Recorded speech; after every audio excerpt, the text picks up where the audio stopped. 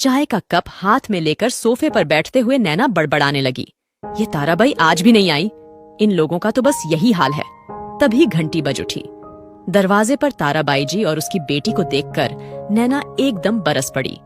ये तुमने क्या मजाक लगा रखा है? एक सप्ताह से नहीं आई और न ही फोन किया। काम ठीक से करना है तो करो, वरना यहाँ से दफा हो जाओ।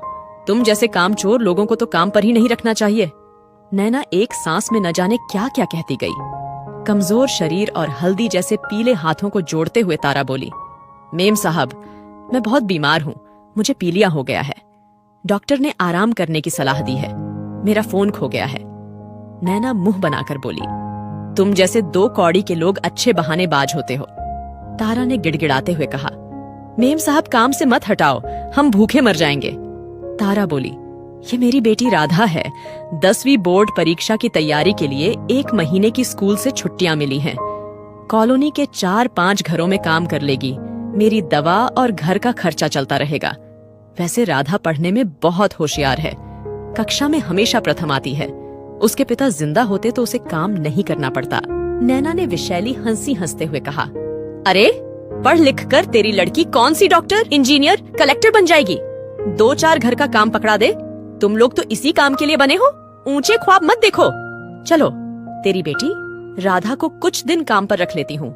ऐसा प्रतीत हो रहा था मानो राधा को दया की भीख मिली हो। अपनी बेबसी पर असंवेदनशील नैना के कटाक्ष राधा के दिल को चीरते गए। दृढ़ निश्चयी बुद्धिमती राधा 10वीं 12वीं कक्षा में स्कूल में प्रथम रही। मेहनत रंग लाई और बिना किसी कोचिंग के नीट परीक्षा में अच्छी रैंक के साथ MBBS में प्रवेश मिला। गांव में पुश्तैनी जमीन का टुकड़ा बेचकर फीस का इंतजाम हुआ। राधा सफल डॉक्टर बन गई। माँ को घरों में काम करना बंद करा दिया। MD करने के बाद शहर के जाने माने हृदय रोग विशेषज्ञ और सर्जन भंडारी जी के साथ काम करने का मौका मिला। समय का चक्र घूमा यूं। एक दिन अचानक नैना के पति को दिल का दौरा पड़ा।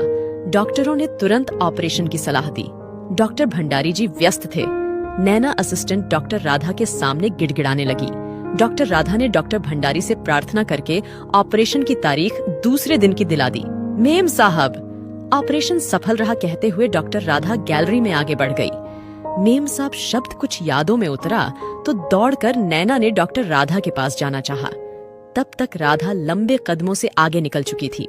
चलते चलते डॉक्टर राधा के स्मृति पटल पर अतीत घूमने लगा। वह सोचने लगी, सब कुछ भूलकर मानव सेवा करना उसका धर्म है। अपने सामर्थ्य के मद में किसी को कमतर आंकने के बीच